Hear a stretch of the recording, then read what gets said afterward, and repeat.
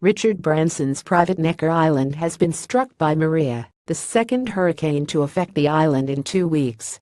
Although the British Virgin Islands has escaped the worst of the storm, Sir Richard said that the storm had brought lots of howling rain.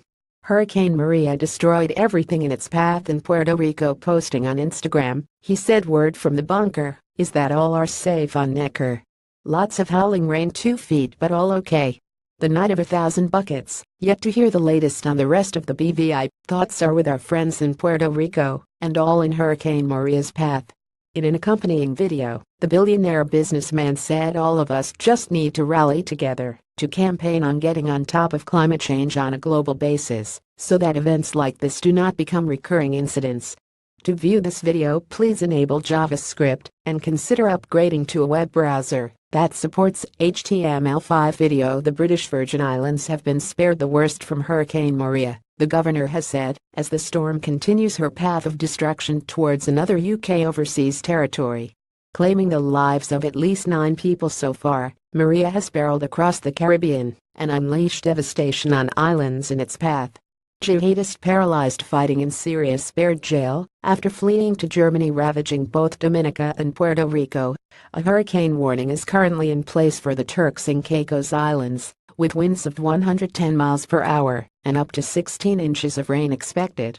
The U.S. National Hurricane Center warned that, although the storm was no longer a Category 5, some strengthening could take place and Maria could regain major hurricane statuses. Gus Jaspert, governor of the British Virgin Islands, which was wrecked by Hurricane Irma 2 weeks ago, said initial assessments suggested fresh damage is relatively low.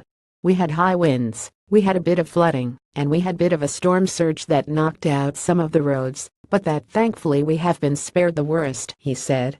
"We are very mindful that others and colleagues in the region felt its full force, and our thoughts are very much with them at the moment." Miracle of Mexico, children pulled from rubble of school destroyed in earthquake. Mr. Jaspert said one of his first priorities on Thursday is to head to the other British Virgin Islands on a helicopter from RFA Mounts Bay to fully assess the damage there. "We prepared for the worst, it hasn't been the worst, which is good. We are back onto our recovery focus, which is our key thing," he said. He revealed that there were no deaths, but that someone who was seriously injured during the latest hurricane is due to be medevaced off Virgin Gorda on Thursday. Meanwhile, Maria was the strongest storm to hit Puerto Rico in more than 80 years, destroying homes and plunging the entire island into darkness after taking down power lines. Widespread flooding was also reported, with some streets turned into raging rivers by the deluge of rainwater. Puerto Rico's Emergency Management Director Abner Gomez said the weather system had destroyed everything in its path. British toddler rushed to hospital after being rescued from hotel pool in Mallorca, the island of Dominica, where Maria made landfall on Monday, lost nearly all of its communications as the storm knocked out phone lines in the island's broadcast service. According to reports, 70% of properties lost their roofs. Mr. Jaspert said he had sent messages of support to his colleagues in both Puerto Rico and Dominica, who he said had been fantastic in the past at helping us out. Describing the storm as it passed, the father of 12 said it was long and drawn out, with a bit of an impact in the middle of the night, very strong winds, lots of debris was flying around. With some flooding affecting the island of Tortola, he added the key priority really is bouncing back into our recovery mode. Young girl rescued from rubble of collapsed school after deadly earthquake. Mr. Jaspert said the arrival of HMS Ocean on Friday, which is carrying 60 tons of UK aid, will turbocharge their repair work and recovery efforts.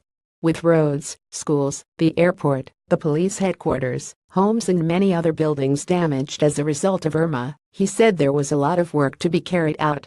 "We have got huge ambitions and we want to genuinely get this place back, quickly. Not just to where it was, but to a place that is even better than before," Mr. Jaspert said. "The long term is this is going to be a really fantastic functioning market economy. It needs some short-term aid and support, and we are getting that in now.